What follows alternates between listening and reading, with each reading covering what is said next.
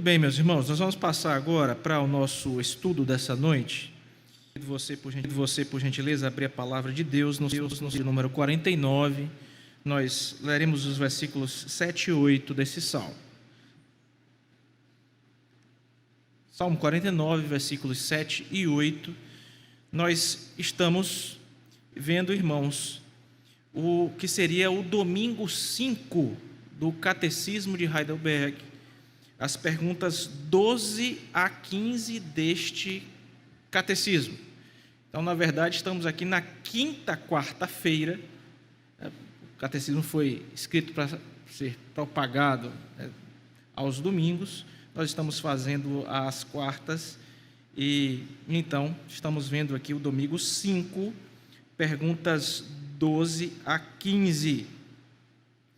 E queremos, esta noite, tratar o seguinte tema: tentando satisfazer a justiça de Deus, a necessidade que temos de um mediador e salvador. E a pergunta que surge é: eu consigo satisfazer a justiça de Deus? E a resposta vai dizer: não.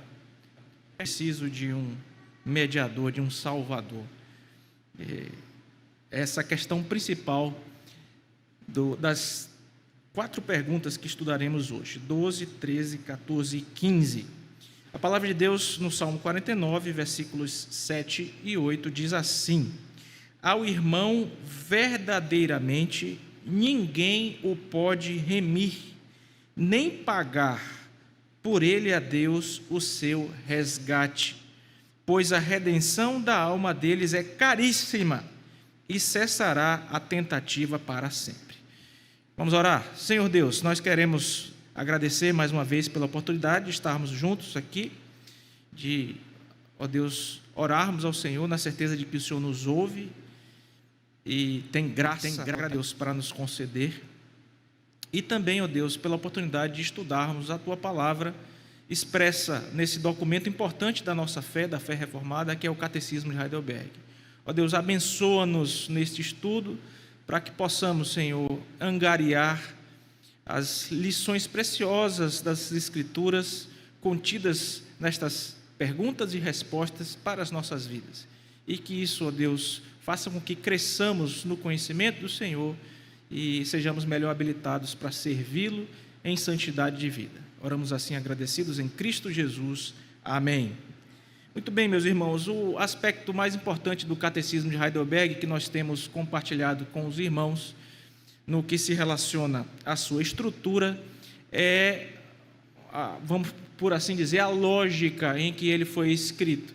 Nós vimos no nosso primeiro encontro aquilo que é tratado no domingo 1 do Catecismo de Heidelberg, é saber o prólogo. E depois desse prólogo, nós vimos que nos domingos 2 a 4 nos seriam apresentadas nesse documento o nosso estado de miséria, nos domingos 5 a 31 a nossa salvação e nos domingos 32 a 52 a gratidão. Veja, uma das características principais dessa estrutura é mostrar justamente o que acontece conosco, uma vez que fomos alvejados pela graça de Deus. Se você recordar o que nós vimos na pergunta 2, a pergunta 2 é a seguinte: o que você deve saber para viver e morrer neste fundamento? Que fundamento? Cristo. O que é que você deve saber para viver e morrer em Cristo? Ter Cristo como seu firme fundamento. 3 coisas. Primeira, como são grandes os seus pecados e o seu estado de miséria. E aí vem a primeira parte do catecismo. Ok? Segundo, como sou alvo da graça de Deus me salvando do meu estado de miséria e pecado. Segunda parte do catecismo. E em terceiro lugar, como devo ser grato por tal salvação que me alcançou, a terceira parte do catecismo. Ou seja, o prólogo revela a lógica, a estrutura que vai ser seguida. Na quarta-feira passada, irmãos, o nosso pastor, baseado em 2 textos, o texto de Romanos, capítulo 6, versículo 5, e Hebreus 6, versículo 10, nos trouxe uma lição importantíssima, findando essa primeira parte do catecismo que fala a respeito do nosso estado de miséria, que fala a respeito da nossa pecaminosidade. Em Romanos 6,5, que diz assim: porque se fomos unidos com ele na semelhança de sua morte, certamente o seremos também na semelhança da sua ressurreição.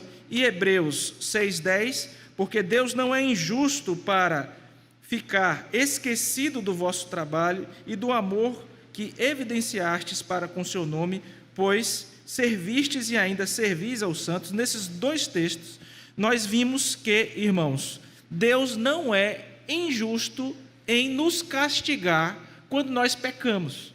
Era a questão principal que foi abordada. Então, se nós pecamos, Deus por acaso seria injusto em nos castigar por causa desse pecado? Nós vimos que não. E com esta temática principal, nós encerramos, portanto, os estudos nessa primeira parte do Catecismo de Heidelberg, que vai mostrar nosso estado de miséria e pecado. Hoje, nós vamos, a partir dessa pergunta de número 12, sair dessa sessão inicial e começar a sessão que aborda a nossa salvação. Ora, o que é que precisa ser feito, ou o que é que foi feito por nós para que possamos deixar esse estado de miséria e pecado? Então, a salvação é apresentada doravante nos próximos encontros que teremos aqui às quartas-feiras. E a primeira pergunta que nós vamos ver hoje é a seguinte. Eu vou ler a pergunta textualmente aqui para você. Peço a sua atenção agora. Pergunta 12. Então, conforme o justo julgamento de Deus, merecemos castigo nesta vida e na futura. Ou seja, ele está resumindo aquilo que a gente viu na quarta-feira passada, que se refere ao domingo 4 do catecismo.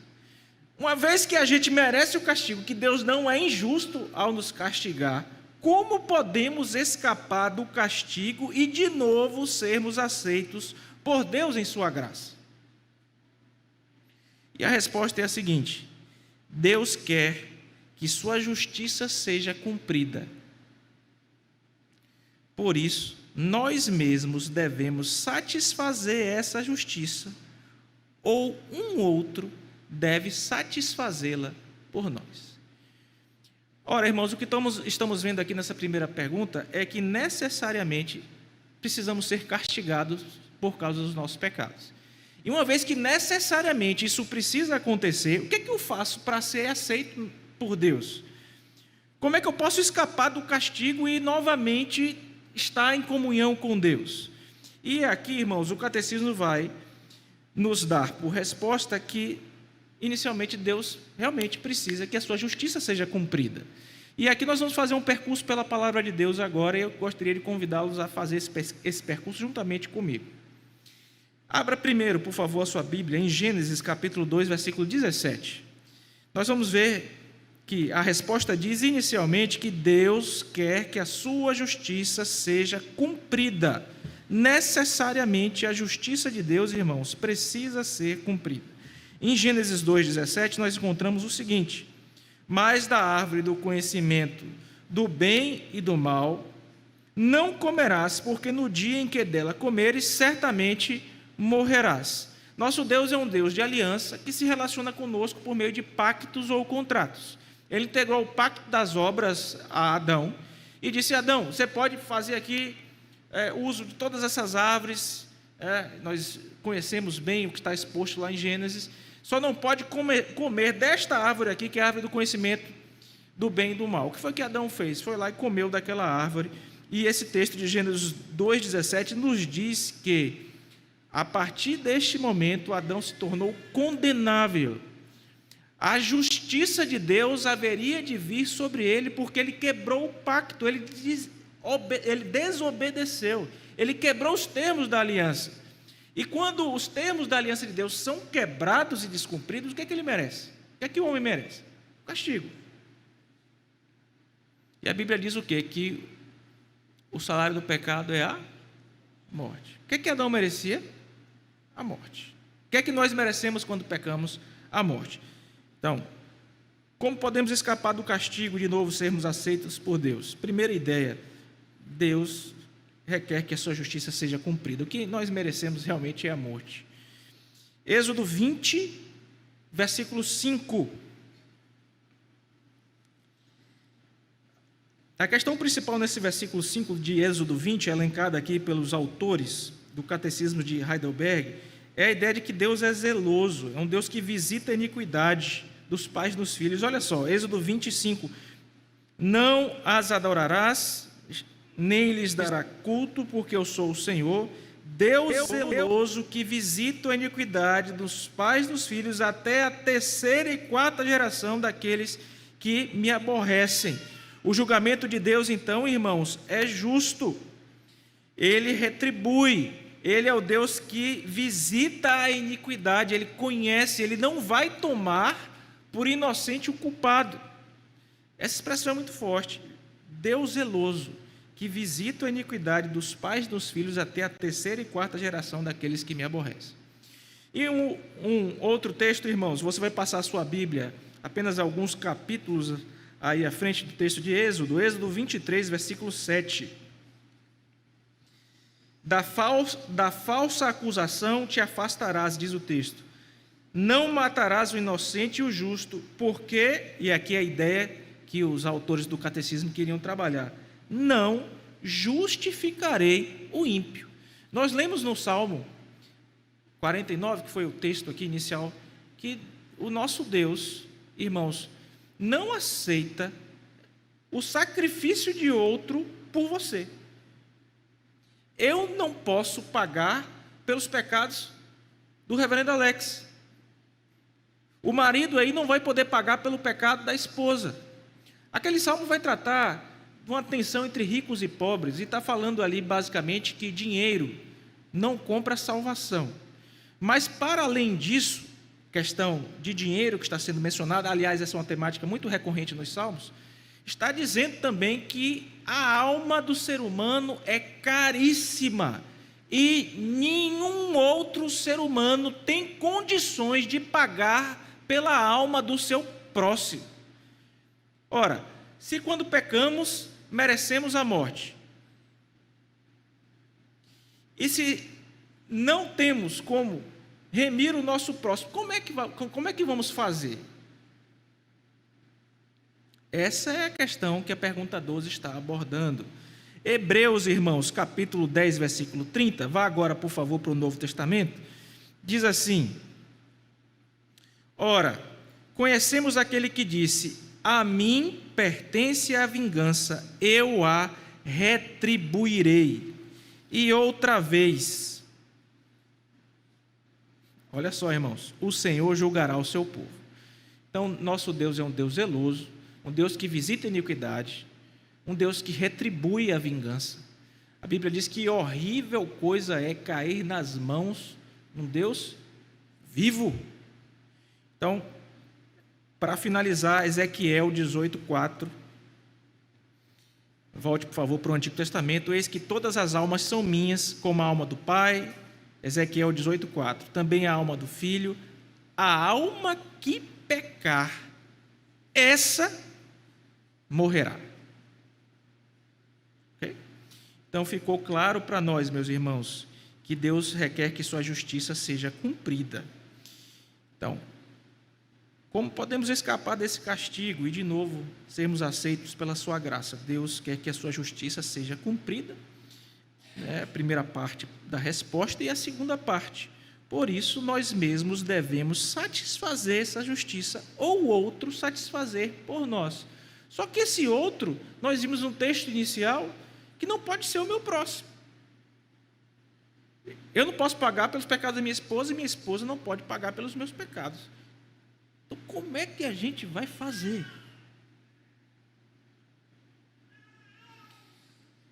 Segunda parte da resposta.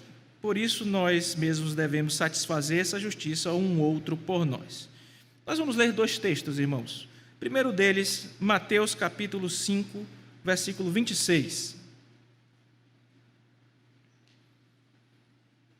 A ideia de que Deus vai cobrar até uma vírgula, cada centavo. Se fôssemos nos referir a uma dívida financeira. Tudo no mínimo detalhe. Diz assim em Mateus 5,26: em verdade te digo que não sairás dali enquanto não pagares o último centavo. Ora, irmãos, que realidade terrível. Como é que vamos satisfazer essa justiça se temos que pagar até o último centavo? Romanos 8, 3 e 4 é o próximo texto.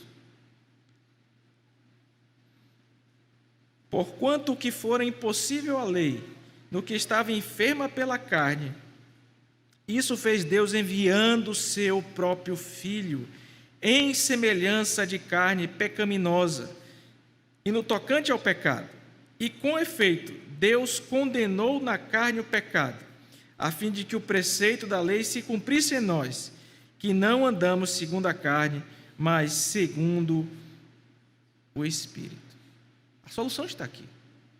Deus enviou o seu Filho. E o sacrifício de Cristo, nós vamos ver no restante do desenvolvimento dessas 4 perguntas. O sacrifício de Cristo, a entrega de Cristo por mim e por você, foi uma entrega especial, que era impossível qualquer um de nós aqui morrer um pelo outro. Mas a morte de Cristo, essa sim, foi substitutiva, foi vicária, foi cabal, foi suficiente para perdoar os nossos pecados.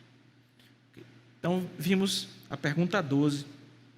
Então, conforme o julgamento de Deus, merecemos castigo nessa vida e na futura. Como podemos escapar? A resposta: Deus quer que a sua justiça seja cumprida, por isso nós mesmos devemos satisfazer essa justiça.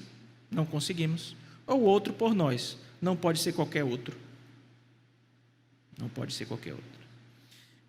Passemos então para a segunda pergunta, que é a pergunta 13. Os nossos irmãos vão deixar ainda mais claro uma verdade aqui nessa pergunta 13. E na resposta, que é bem curtinha: nós mesmos podemos satisfazer essa justiça? É a pergunta 13. E a resposta: de maneira alguma. Pelo contrário, aumentamos a cada dia a nossa dívida.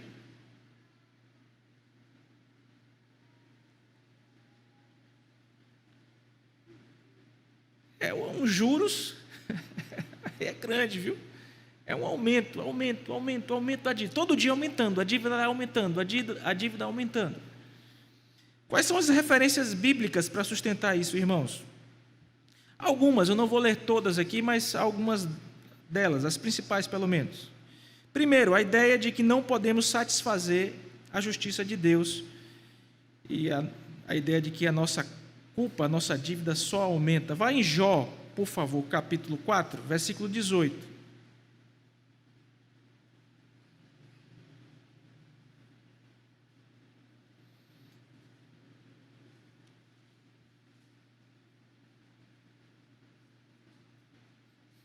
Esse texto, irmãos, ele é muito forte. Jó 4, 18. Eis que Deus não confia nos seus servos e aos seus anjos atribui imperfeições. Já pensou nisso aqui? Os anjos estão lá diante de Deus: santo, santo, santo é o Senhor dos Exércitos.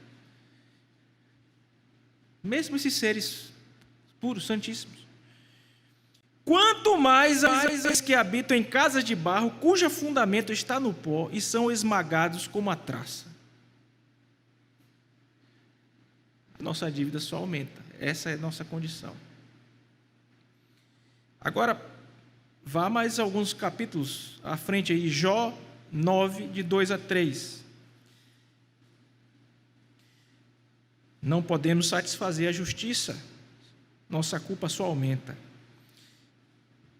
Jó 9, 2 e 3 diz assim: na verdade, sei que é assim, eu sei que assim é, porque como pode o homem ser justo para com Deus?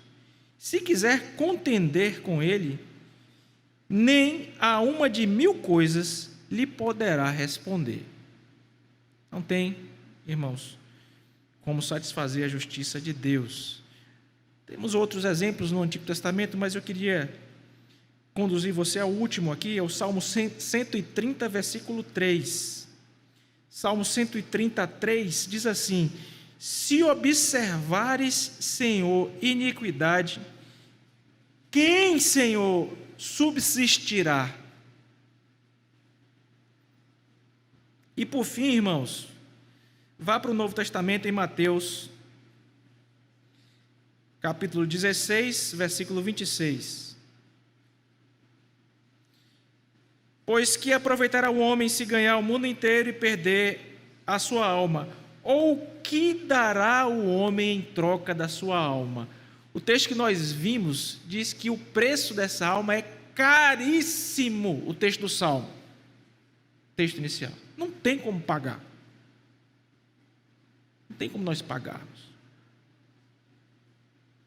Então, irmãos, veja que na construção lógica, agora na pergunta 13, nós somos informados que não temos como satisfazer a justiça de Deus, que a nossa dívida só aumenta, que o preço da nossa alma é caríssimo, o débito é cada vez maior.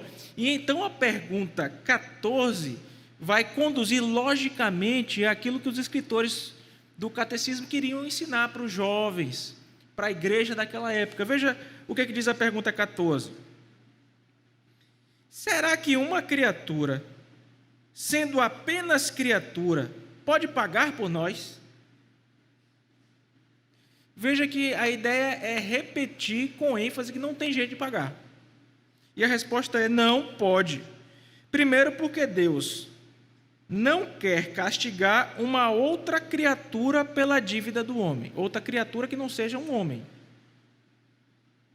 Então, pode uma outra criatura pagar? Não, tinha que ser um homem. Segundo,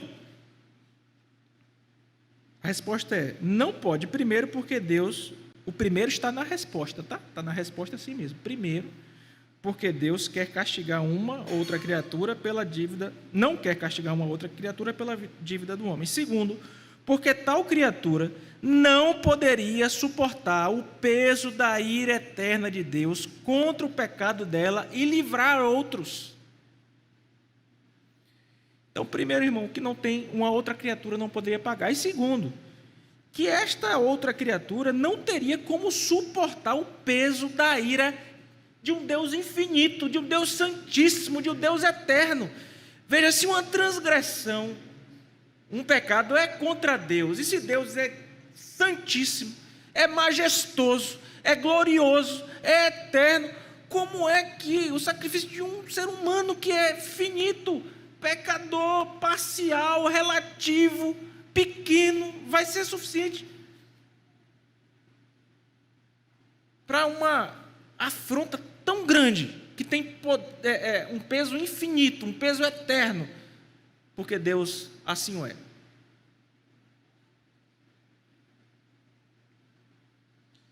E aí, nas respostas, irmãos, algumas bases bíblicas também. Deus não quer castigar outra criatura. Em Gênesis 3,17, você pode ver na sua Bíblia, por favor, é dito assim. Gênesis 3,17, primeiro texto que nós vamos ler para dizer que Deus não quer castigar outra criatura pela dívida do homem.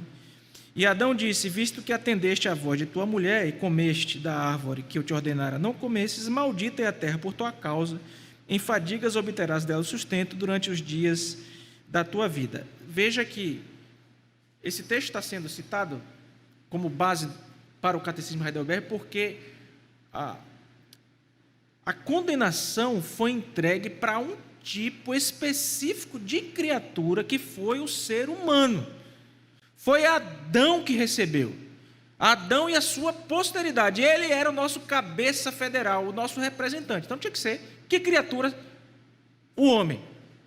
Não pode ser uma outra criatura. E a gente já leu hoje aqui Ezequiel 18:4. Eis que todas as almas são minhas, a alma do Pai, a alma do Filho também é minha, a alma que pecar, essa morrerá. E a segunda parte da resposta: tal criatura poderia suportar o peso da ira eterna de Deus contra o pecado e dela livrar outros? E aí nós já lemos hoje o Salmo 133. Se observares, Senhor, iniquidades, quem pode subsistir? Subsistirá. E o texto, irmãos, que você pode abrir na sua Bíblia, Naum, capítulo 1, versículo 6. Esse texto é muito interessante. Em Naum, capítulo 1, versículo 6, nós lemos: quem pode suportar a sua indignação? E quem subsistirá diante do furor da tua ira? A sua cólera se derrama como fogo, e as rochas são por ele demolidas. Então, irmãos, essa é a situação. De forma que a última pergunta hoje vai mostrar claramente para nós que não tinha jeito para nós satisfazermos a justiça de Deus, que outro ser humano não poderia morrer por nós, não poderia ser também o sacrifício de uma outra criatura que não fosse o homem. E então a pergunta 15 vai nos conduzir a uma conclusão importantíssima, que inclusive, irmãos, razão aqui do nosso tema, do tema do nosso encontro essa noite, tentando satisfazer a justiça de Deus, a necessidade de um mediador e salvador. Já que não conseguimos satisfazer a justiça de Deus, nós precisamos então de um mediador e salvador especial, uma vez que vimos que outro homem, simplesmente um homem, porque tinha que ser o sacrifício de um homem, porque o pecado entrou no mundo por meio de um homem. A gente viu isso em Romanos com o reverendo Alex no último encontro. Então, quem é que tinha que fazer isso? Como é que isso poderia ser feito?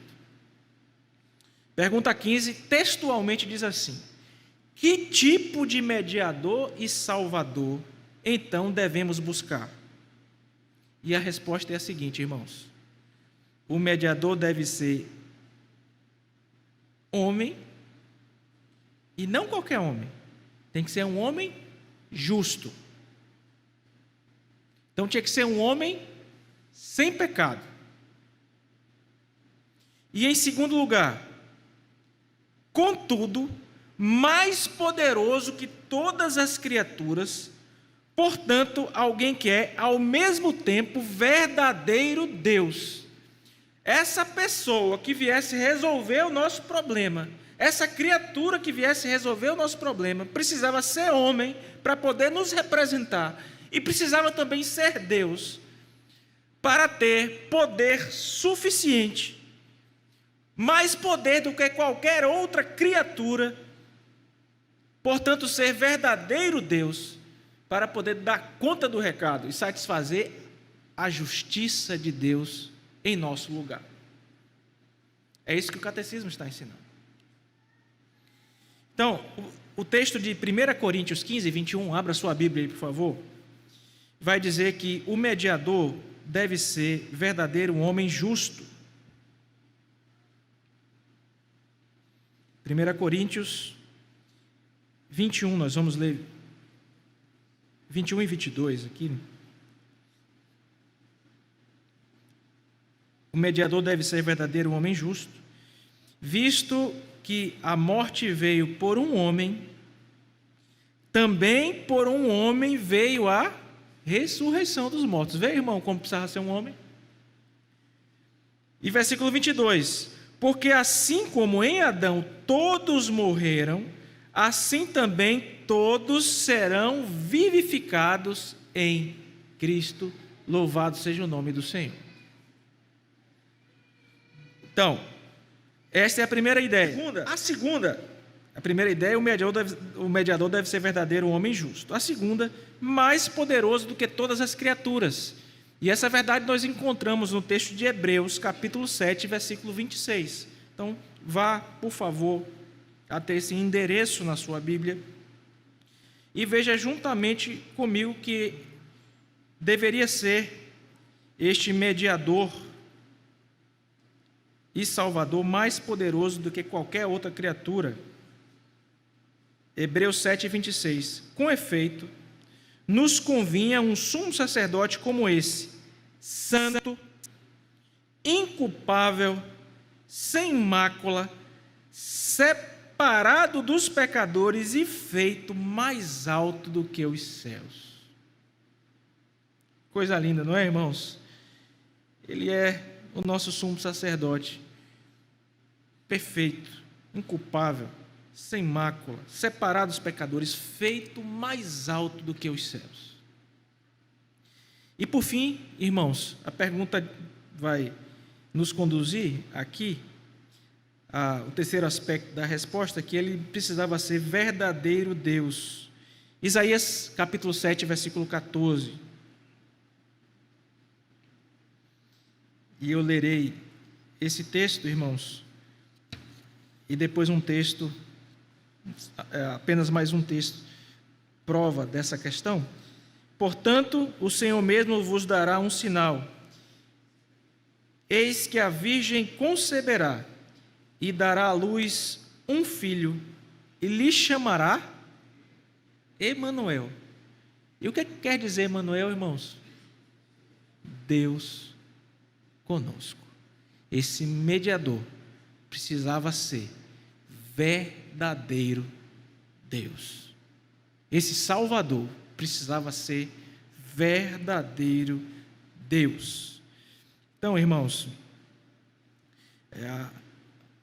o Salmo 49, nos versículos 7 e 8, que nós lemos inicialmente, diz: ao irmão verdadeiramente ninguém o pode remir, nem pagar por ele a Deus o seu resgate, pois a redenção da alma deles é caríssima e cessará toda tentativa para sempre.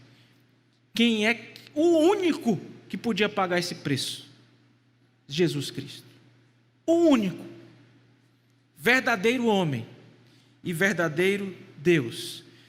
Então, irmãos, nós concluímos dizendo que a pergunta 12 e a resposta 12 vão nos mostrar aqui a justiça de Deus, a nossa incapacidade de satisfazê-la, a resposta que nós merecemos o castigo de Deus e a morte, e que devemos satisfazer a sua justiça. Na pergunta 13, que somos incapazes de satisfazer essa justiça e que, na verdade, cada dia aumentamos a nossa dívida.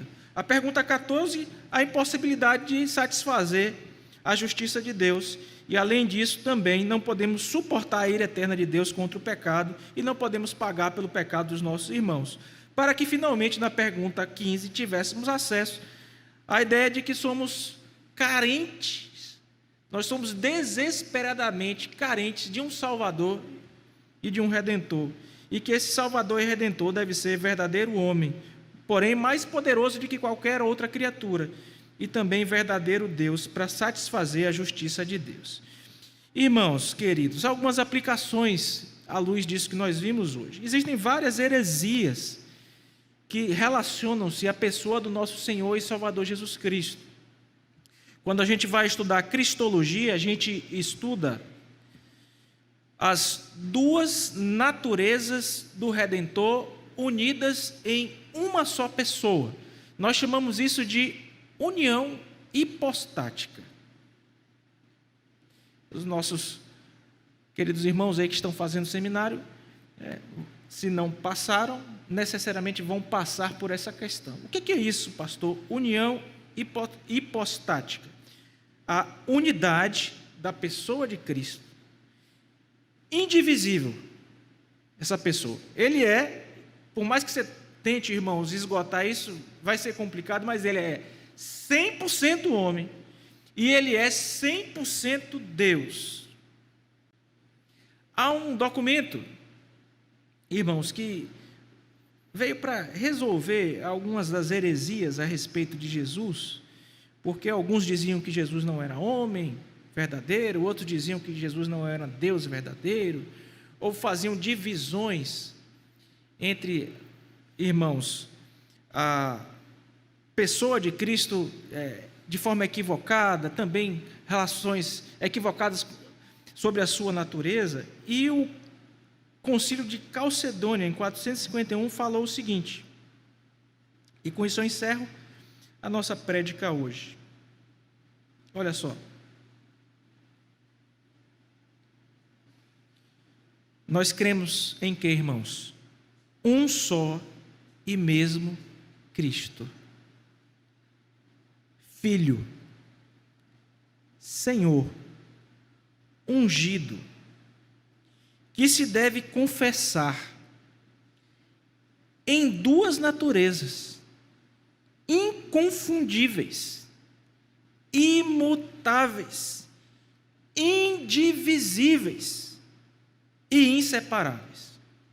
Então, o nosso Senhor e Salvador Jesus Cristo, o Filho de Deus, unigênito, nós precisamos confessá-lo. Ele tem duas naturezas. Essas naturezas são inconfundíveis, imutáveis, indivisíveis e inseparáveis. Às vezes você vai ver pregadores aí dizendo: isso aqui Cristo fez como homem, isso aqui Cristo fez como Deus. Toda vez que você ouvir alguém falando isso, essa pessoa está falando uma heresia.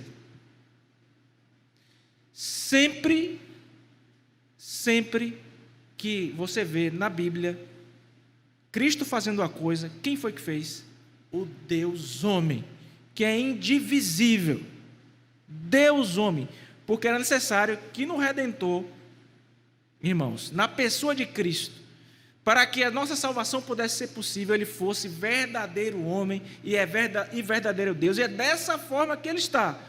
Porque se assim não fosse, irmãos, seu sacrifício não era poderoso o suficiente para perdoar os nossos pecados, para ter um valor infinito, eterno e satisfazer a ira de um Deus que também é eterno e santíssimo.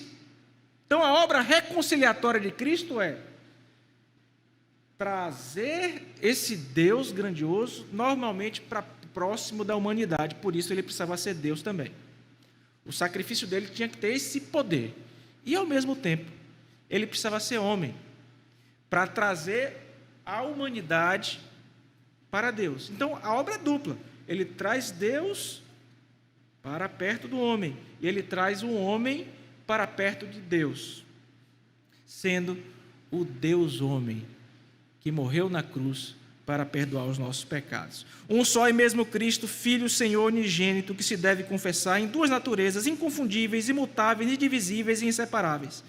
A distinção de naturezas de modo algum é anulada pela união, mas, pelo contrário, as propriedades de cada pessoa e natureza permanecem intactas, concorrendo para formar uma só pessoa, não dividido ou separado em duas pessoas, mas um só e mesmo Filho, unigênito, Verbo de Deus, Jesus Cristo Senhor, conforme os profetas outrora ao seu respeito testemunharam, e o mesmo Jesus Cristo nos ensinou, e o credo dos pais nos transmitiu. Louvado seja Deus por Jesus, pela sua obra, porque somente por meio dela, somente por Ele, podemos encontrar salvação. Deus aplique, irmãos, a sua bendita palavra aos nossos corações e o ensino precioso desse catecismo.